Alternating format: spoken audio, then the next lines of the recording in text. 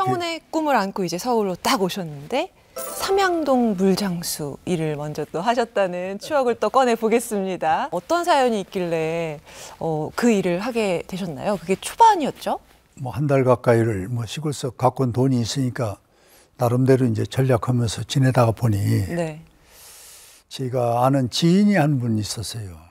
독립적으로 뭘 해보려고 했는데 네. 도저히 혼자 길도 모르고 그런 문제를 많이 당하니까 거기를 찾아가서 이제 선호를 설명하고 그랬더니 그럼 여기서 밥 먹고 여기서 학교를 다니든지 그 길을 찾아봐라. 그래서 이제 그때부터 이제 그분이 일거리에 소개해 주는데 그땐 신문 배달하는 게 있었어요. 네. 근데 그것도 보증을 서야 신문 배달을 했어. 왜냐하면 돈을 수거하면은 그때는 사이가 험악하니까 수거한 돈을 갖고 가니까 네. 이 보증을 서야 돼.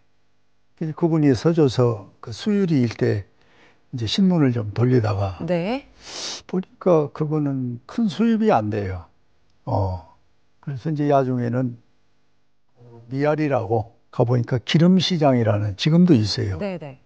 거기 가보니까 이제 물을 큰 통에다가 이제 받아 놓으면은 그 물을 삼양동이 거기서 가까운데 그 언덕 위에 산이 있거든요. 네. 거기까지 물을 배달해 주면 이제 비용이 좀 수입이 좀 나은 거야. 그래서 물을 물통에 치고 지게에다 이제 물통을 치고 그래서 이제 삼양동 그 산 높은 데를 이제 물 배달을 이제 해주는 거죠.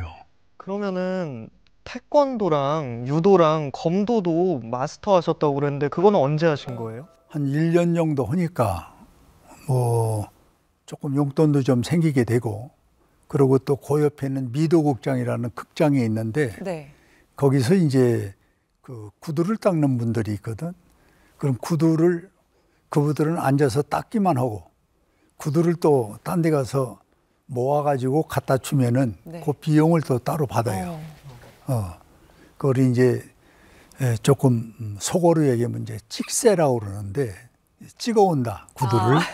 그래서 그거를 이제 하고 뭐 몇 가지를 이제 신문도 돌리고 네. 뭐 여러 가지를 이제 여러 개를 하니까 하셨네요. 뭐 조금 내가 이제 살아갈 의지도 좀 스스로 생기고 또 방어력도 생기고 뭐 이래서 이제 그때부터는 조금 내가 맞지 않고 또 사람들이 끌려다니지 않으려면은 이 독립된 어떤 나 나름대로 좀 체력이 있어야 되겠다. 그래서 을지로 사가에 한국종합체육관이 있었어요. 거기 이제 들어가서 아까 같은 이제 운동을 좀 이제 배웠죠. 근데 운동이 제가 이제 선천적으로 뭐 부모님들이 주신 체력이 있어서 딴 사람들보다는 좀 쉽게 배웠어. 그래서 태권도를 배우고 그다음에 또 그 옆에 가니까 또 유도가 있고 또 2층에 올라가니까 또 검도가 있더라고. 네. 그래서 그걸 좀 시간 날 적마다 좀 이제 같이 배우다가 이제 이렇게 해서는 안 되겠다. 그래서 이제 미아리에는 그 청산학원이라고 입시학원이 있어요. 네. 거기 이제 야간부에 이제 가서 이제 공부를 좀 그러니까 이제 우리 젊은 친구들한테 하고 싶은 얘기인데 공부를 해야 되겠다는 집념이 생기니까 공부가 좀 돼요. 그때만 해도 고등학교를 정식으로 못 들어가면은 이제 편입에서 들어가는 게 있었어요.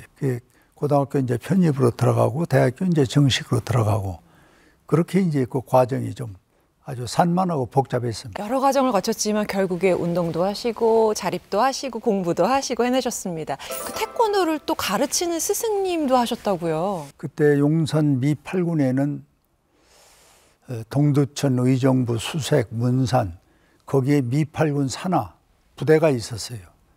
그런데 그때가 월남전이 벌어지기 때문에 한국 이 태권도가 세계적으로 선풍을 일으켰습니다.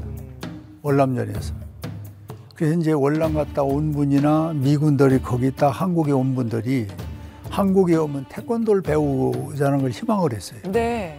그래서 제가 태권도를 좀 이제 배운 게 있었고 우리 선배님들이 미8군의 교관으로 있었거든. 그래서 제가 이제 부교관으로 이제 취업을 했지. 거기 들어가니까 진짜 페이도 많이 나와요. 그렇게 해서 이제 용돈도 좀 쓰고 또 대학 들어가는데도 지장 없이 그 돈 갖고도 충분히 할 수가 있었고. 많은 분들 가르치시고 또 용돈이라고 얘기하셨지만 돈도 많이 버시고 좋은 일도 많이 하시고 하셨는데 정계로 진출을 하게 되셨죠. 이 계기가 분명히 있으셨을 것 같아요. 그 전환점? 이제 학생들이 그때 당시 상당히 사회적으로 산만했습니다. 군사정권 또 4.19 그 후에 오는 사회 전반적인 분위기가 상당히 산만했어요. 그래서 어떤 사회적인 정책 이슈가 생기면은 학생들이 들고 일어났다고. 그 학생들이 그때 데모를 참 많이 했죠.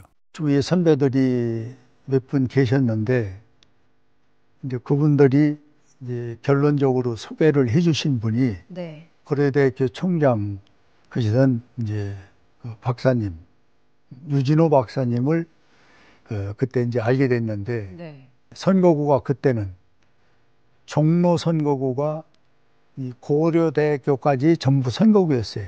지금은 쪼개져 있습니다만은 신문사, 언론사 사장, 대학교 총장 그래갖고 이제 보궐선거가 붙은 거예요. 그래서 우리 학생들은 이제 고려대학교 총장을 밀고 이래갖고 이제 유진호 박사를 우리가 운동을 하고 결국 이제 당선을 시켰죠. 그러고 나서 그분 따라서 이제 신민당이라는 그 야당이 있었는데 네.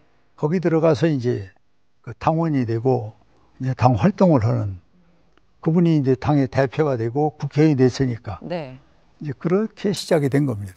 제가 오랜만에 인사이드 스토리 나오면서 사장님에 대해 공부를 좀 하고 왔는데요. 여기서 의문이 드는 게 하나 있습니다. 홍문표, 홍준표, 홍일표, 홍영표, 홍익표? 이표.